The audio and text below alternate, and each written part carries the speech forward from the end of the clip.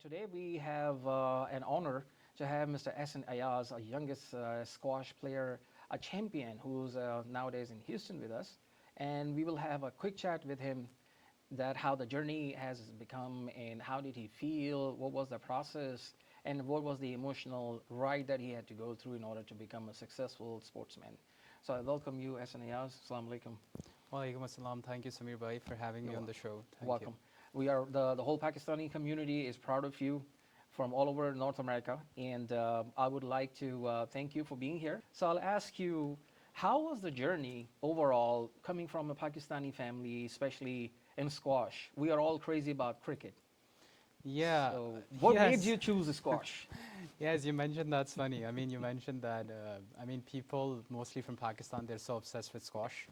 Sorry, with cricket. Yeah. But I mean, I was a kid I was not a sporty kid. You know, off the camera, I mentioned as well that I was not a sporty kid. But yeah, somehow my dad, he really wanted me to play squash, and that's how I got into it. Definitely. Now, so what were the emotional breakdowns have you had during the process that you would like to mention, and it will become an inspiration for other people? Well, there are so many, but yeah, definitely that one moment when I lost my mom. So that was the toughest time. Yeah. I stopped squash for a period of time, and then my dad was the one.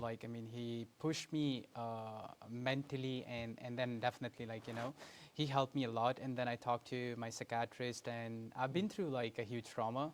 But that was one of the toughest time of my life, and and then definitely I faced few of major injuries. I torn my ACL, and then I had appendix surgery. Oh my God. But yeah, coming end of the day, being a professional player, it's not that easy. But yeah, these were the few things I had to come through and come back on the circuit. So how does it feel to be a national champion and wearing the national champion jacket, and whenever you go, people love you, they come all over to you, you're a celebrity for a country. How do you feel the enthusiasm from the people? I mean, definitely it feels awesome, and I mean, I'm glad that I'm chosen, I would say. You worked hard for it. Yeah. For sure. So I'm glad. I mean, I feel honored to represent my country, all over the world, and I'm glad I'm still doing it. Definitely. So during your talks, when we were having a chat, you mentioned so much about your dad and your parents were helping and supporting. This means parents are playing vital role in developing you as a champion for a nation. So I would say to the parents that thank you so much, you are supporting your child, and the rest of them do not think only the engineers and doctors are valuable. Their national champions are made by these parents as well. When you encourage your child, when you give them opportunity, you give them a heads up.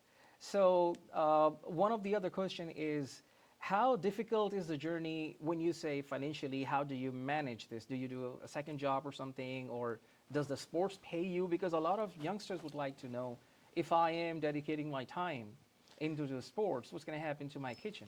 Oh yeah, definitely. Like being a professional player, it's not easy at all. Right now, I'm in the U.S. and I have to take care of every single thing by myself. I have to take care of my food, nutrition. It has to be very specific. Yes. Then I have to take care of my training, my fitness trainer, then my body.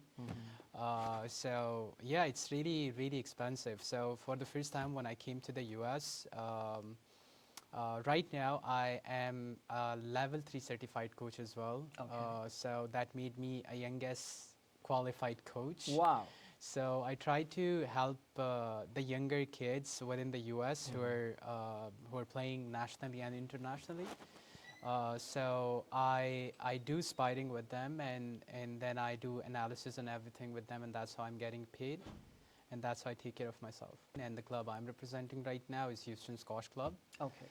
And it has around 17 squash courts, and then we have a huge gym. We do have a pickleball facility as well. Oh wow, yeah, we are all crazy about So it. people are so crazy. That's why I mentioned pickleball.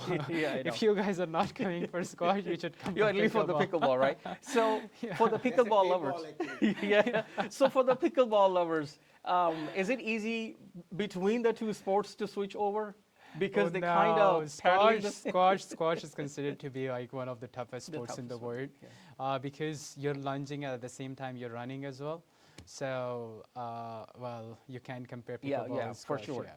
Definitely. And for those people who are interested, but they have different 1 million reasons that I have my torn knee or my muscles or something, can they still join you and get trained by you? Do you have those skills that you can help them heal as well and then still play the sports? Well, I mean, I don't have like certain, what do you call it, like certain skill to fix their Yeah, body, yeah, yeah, for sure. Yeah. but definitely, like, I can help them with squash. I can help them with their technique. I can teach them some tactics, and definitely, yeah. In terms of fitness and stuff, yeah, definitely, like, I can help them with that as well. And since we are all overweight overall all over the world, do we lose weight if we play this sports in the name of losing weight? Can this be also an option? Well, at certain times, yes, but about squash, like there is a saying, for other sports, they make you fit, but for squash, you need to be fit Oh, okay. because there are so many orthodox movements, Yeah. and you can maybe like I mean.